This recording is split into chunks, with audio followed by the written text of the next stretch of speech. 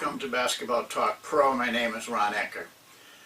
Today we have a subject that I think is very important.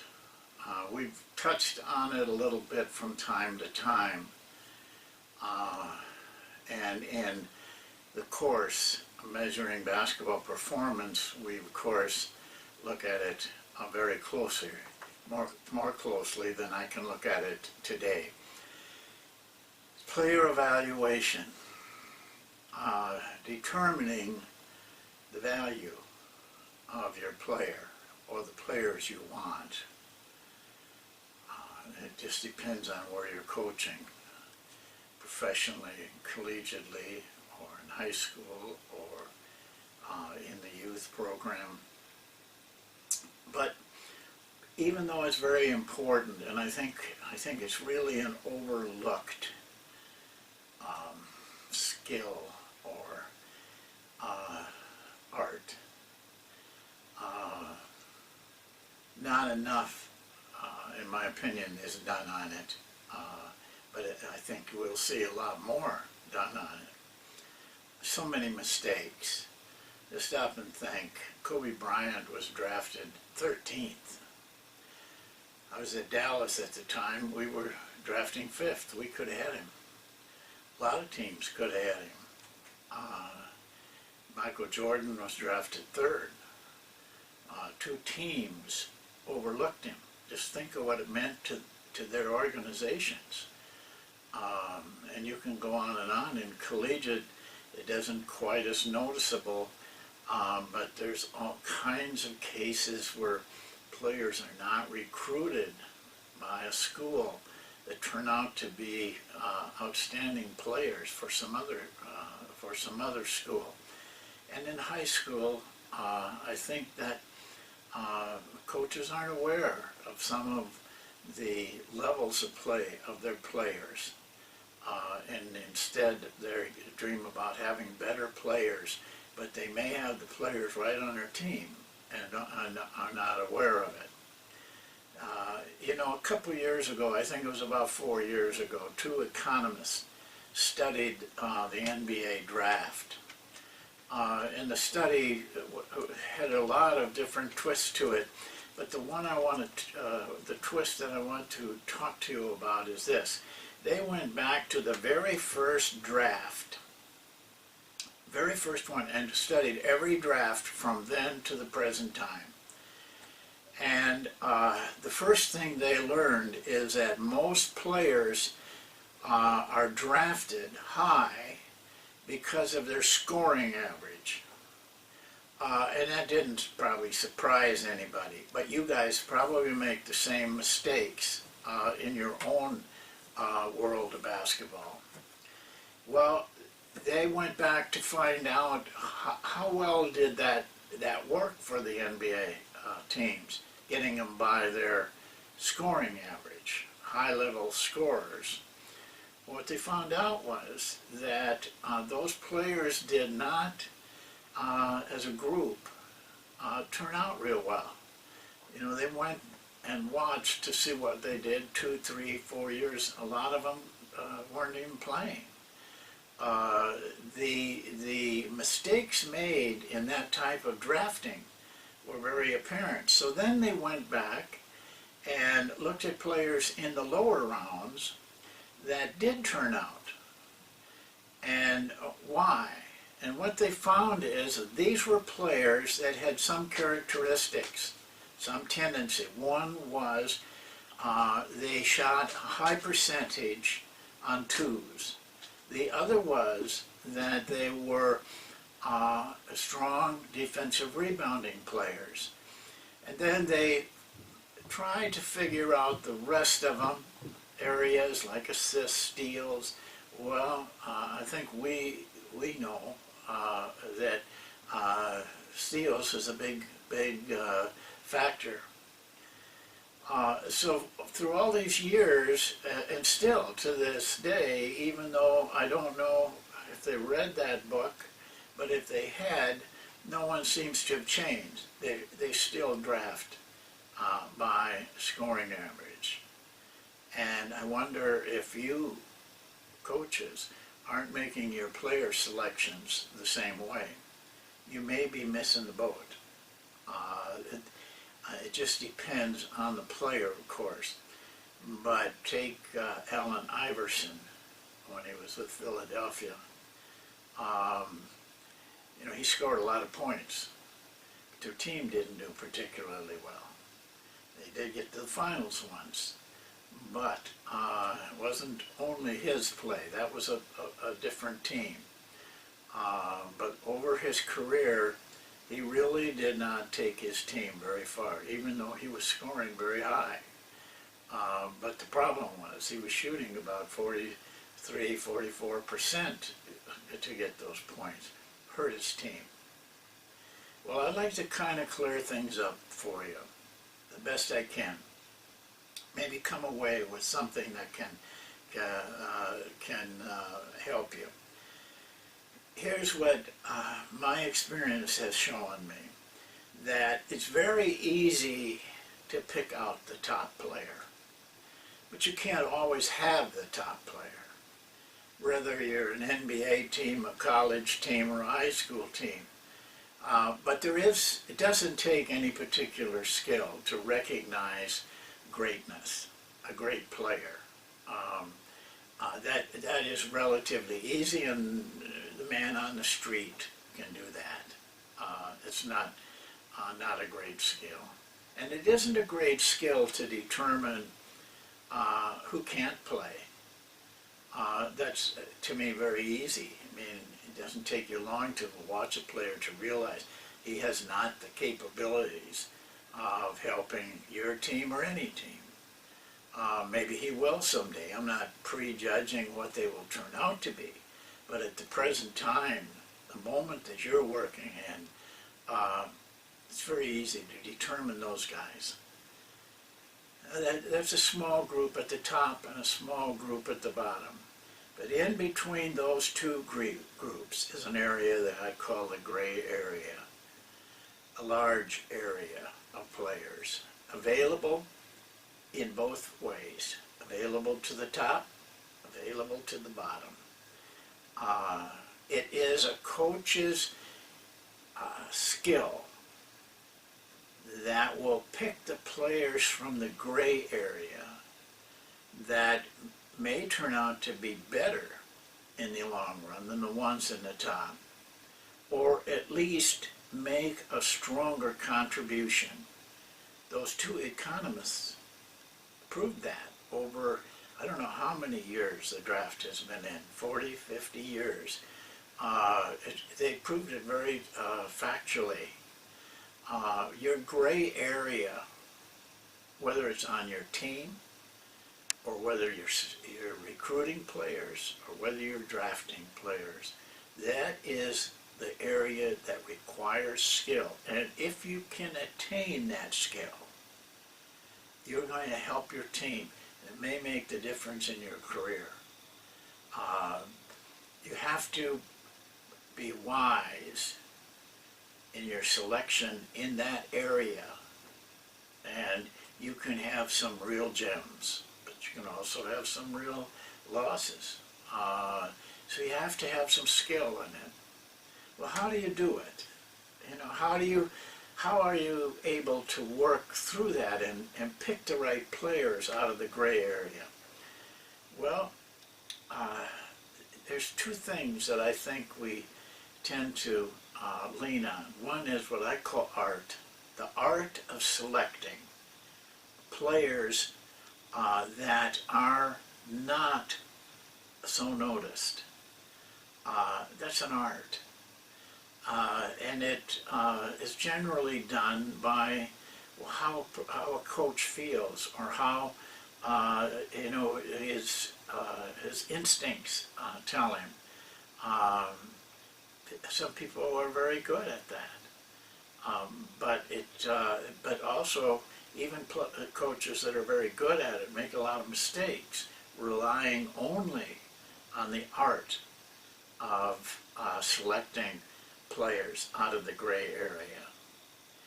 Well, there's the second aspect of it, the science of it. Now, the science is the study of factual information that you can develop from about a player or players. And that is very much like we talk about in Measuring Basketball Talk Pro, I mean not Measuring Basketball Performance, I'm sorry. We spend some time on that, and we have a rating system that we use, and it gives us a scientific information.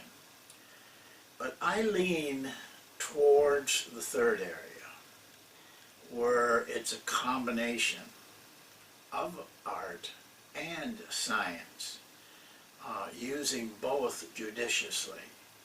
I think you will have the most success and make the fewest mistakes. I want to share with you a story that may show you what I'm talking about clearer. It's a personal story. When I went to West Texas State University, it was located just outside of Amarillo, Texas, and in a small town. Very hard place to recruit to, but they were also going into one of the fastest leagues at that time in basketball, collegiate basketball, which was the Missouri Valley Conference. Louisville was in it, Memphis was in it, Drake and Bradley had tremendously strong teams. The whole league from top to bottom was very, very difficult to win. We did not have the resources that those other schools had. You know, West Texas was just allowed in, and weren't prepared at that time for the intensity of the recruiting in that league. We could not compete, not with people in our league and not with the schools that had high traditions and many resources throughout the nation. We found that out because we would get players to visit and talk to them, and they would like it, but they wouldn't come.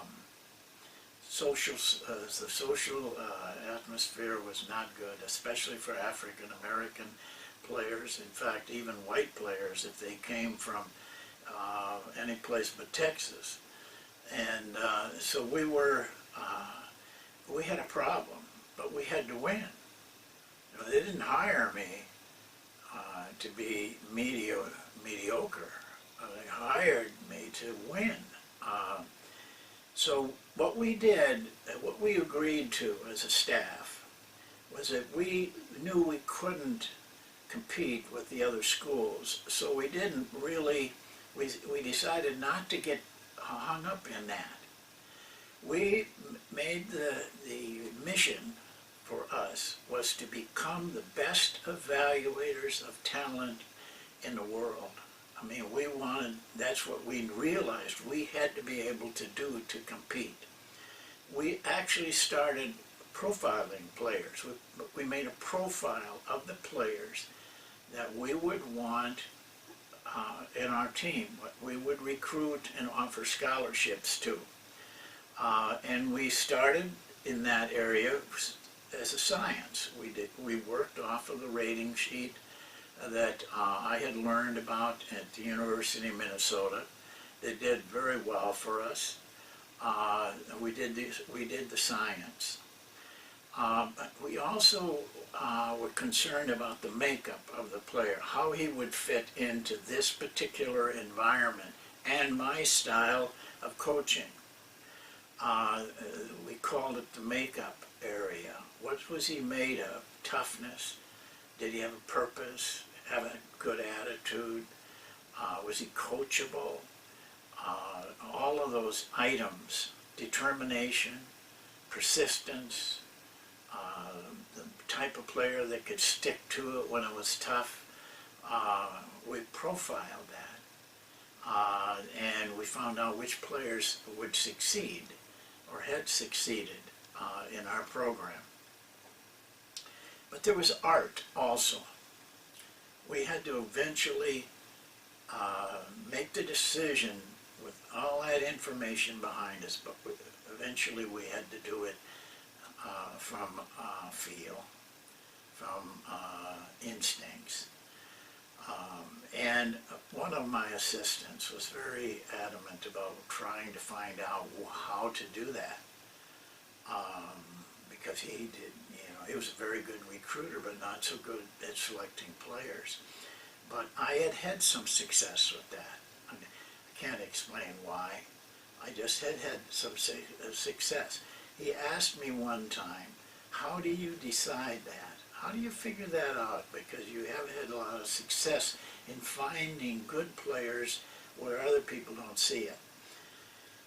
So I told him what I will tell you, and it may be of help. I tended to ignore the fragments of things like quickness, rebounding, shooting, the skills, strength, the physical makeup. Those to me were fragments. A lot of players had them, a lot of players, but they weren't really good players. Even though they had these fragments as individual things that they could do, they still weren't high-level players. What I could do, or what I saw in players, was, I call it a glue, gluing together of all these fragments into a whole that was complete. They were no longer fragments or pieces. They just fit all together in a very nice package.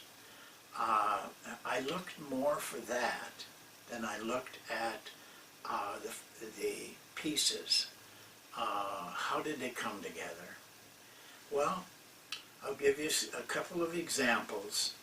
And I give you that examples not to show what we did, but it is a method by which any coach can work with and maybe overcome the lack that a coach may have in being able to attract players. Some situations are such that you only can use the players that are given to you. Well, you can sit around and cry about the fact you don't have enough talent. But my guess is that within that group, if you're careful and you can select carefully, you probably have more talent available to you than you think, and that you're probably wasting if you don't use something like we started. Well, there's some success stories, and I don't give them to you because of the success stories, but I want you to see what using the art and the science can do. At West Texas State, this occurred at West Texas State, we were trying to recruit a player. Our target areas were the large cities with public schools, probably inner city players primarily, not guys on the outskirts, but because there were a lot of areas at that time that coaches weren't touching, no matter who they were. Well, there was one outstanding player in Chicago, and my assistant had gotten to know him pretty well.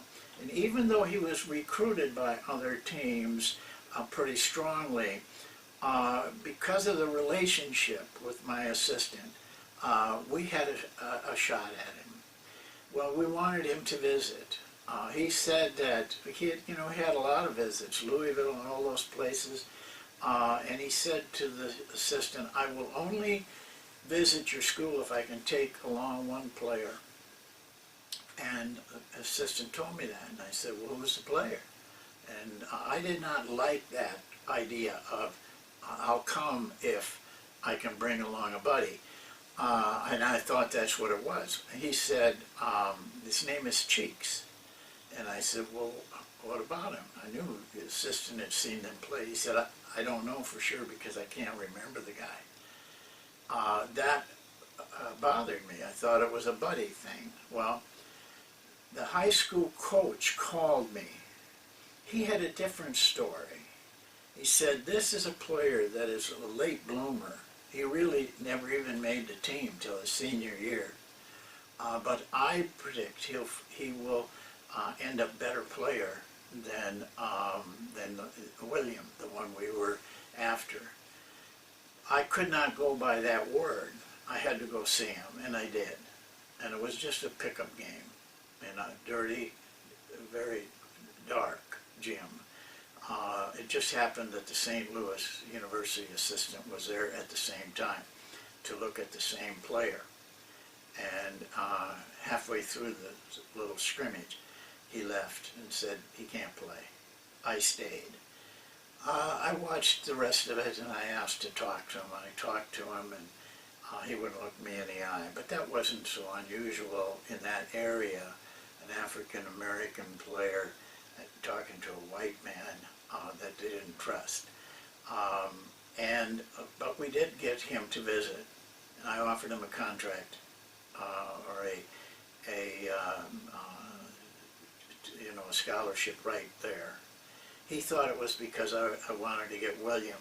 I told him, I don't care if William comes or not, I want you. And I did. Well, he wasn't a jam at first. He couldn't shoot.